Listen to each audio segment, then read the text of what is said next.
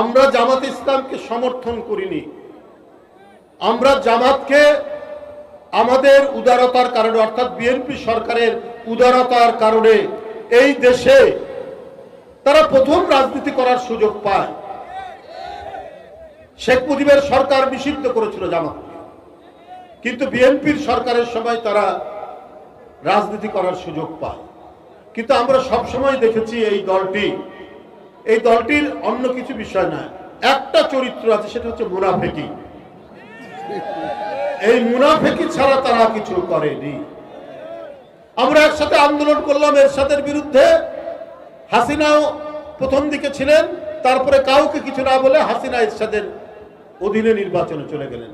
বেগম জিয়া বলেছিলেন, শেখ হাসিনা বলেছিলেন এরশাদের অধীনে যারা যাবে, বেগম জিয়া বলেছেন এরশাদের অধীনে যাব না আমরা নির্বাচনে।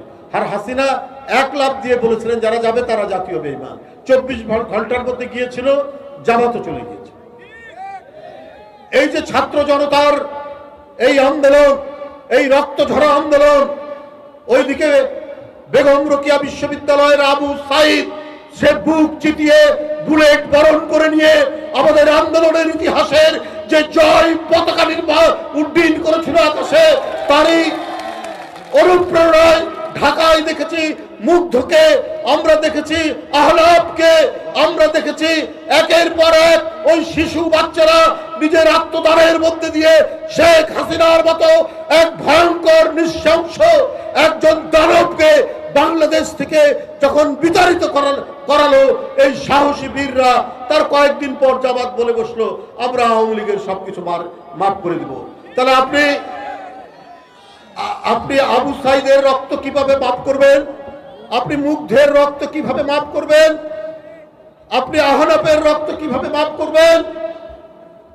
আপনি বলে দিলেন যে ভারত এক ভয়ঙ্কর উদ্দেশ্য নিয়ে বাংলাদেশকে করায়ত্ত করার জন্য হাসিনাকে সমর্থন করে গেছে, এখনো করছে। যে ভারত তাকে আশ্রয় দিয়েছে দিক, কিন্তু শেখ হাসিনা যে মাঝে মাঝে বক্তব্য রাখছে, এটাকে দিতে পারে? শেখ হাসিনার পাসপোর্ট নেই, তার ভিসা নেই, ভিসাহীন একটি ব্যক্তি অপরাধী। সেই অপরাধী ব্যক্তি কি করে বাংলাদেশের বিরুদ্ধে ভারত থেকে কথা বলতে পারে?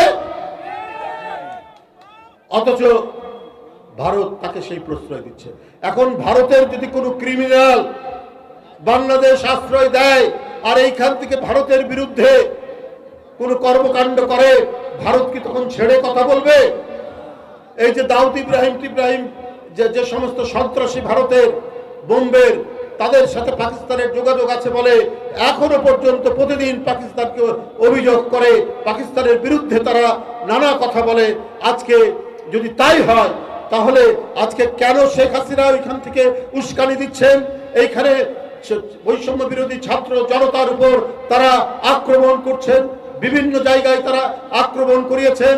গোপালগঞ্জে আওয়ামী লীগের লোকরা আক্রমণ করে স্বেচ্ছাসেবক দলের একজনকে হত্যা করেছেন।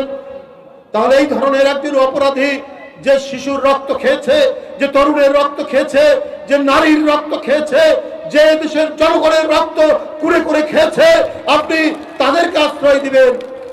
আর সেই ভারত যদি জামাতের কাছে অত্যন্ত প্রিয় হয়ে যায়, তাহলে বন্ধুরা আমার, এটা অত্যন্ত দুর্ভাগ্যজনক, এটা অত্যন্ত দুঃখজনক। ভিডিওটি ভালো লাগলে পরবর্তী ভিডিও নোটিফিকেশন পেতে চ্যানেলটি সাবস্ক্রাইব করে পাশে থাকা বেল বাটনটি অন করে রাখুন।